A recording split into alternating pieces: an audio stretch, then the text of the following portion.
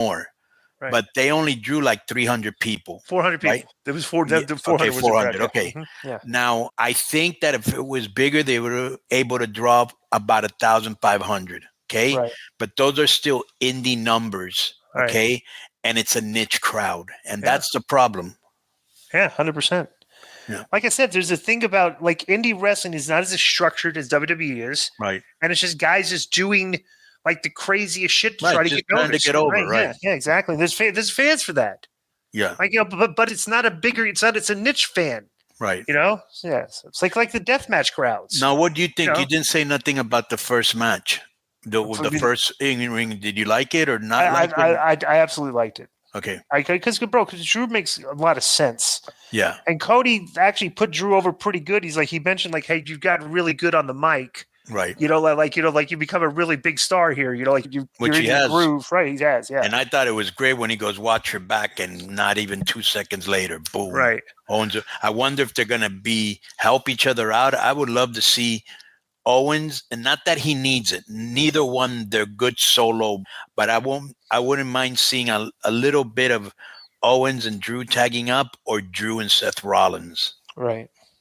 Well, that's what we're looks like it's going, Like I said, dude, this is very similar to old comic book stuff where like they'll get into storylines where some of the superheroes from different comic books will all start merging with each other and forming alliances, and like that sells really well. Right. You know what I'm saying? Like the old, like if like Hulk got with Iron Man and stuff. I'll give you an example. I used to collect comic books when I was a kid, right? I did too. Yeah. My cousin is the one that got me into it.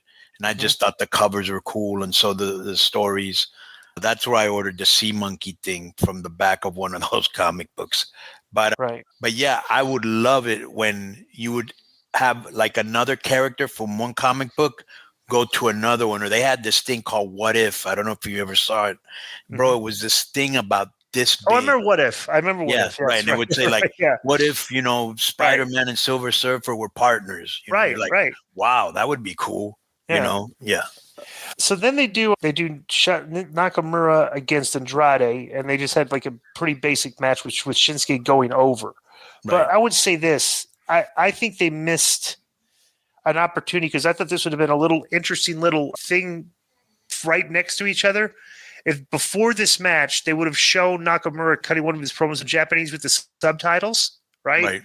And then got him with like the Asian influence and stuff, and immediately got into an Andrade promo, also in subtitles, speaking Spanish with like Latino music play, like a thing like, you know what I'm saying? Kind of sells like two different cultures fighting each other, and like this, that would have been a good idea.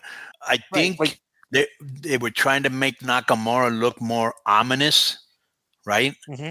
And really, the only thing they did was like, I think he colored his hair from black to light brown, I want to say. And then he had just some little paint makeup. But he did not look any more menacing to me. I thought the match was really good because both of these guys can go. And obviously, he goes over after the match. LA Knight runs down. He ducked a belt shot. They tried to hit him with a belt. And took Nakamura down and hit him with some punches, went for his finisher, but he escaped. And he got on the mic and accused Nakamura of stealing his title. Talked about taking his title back.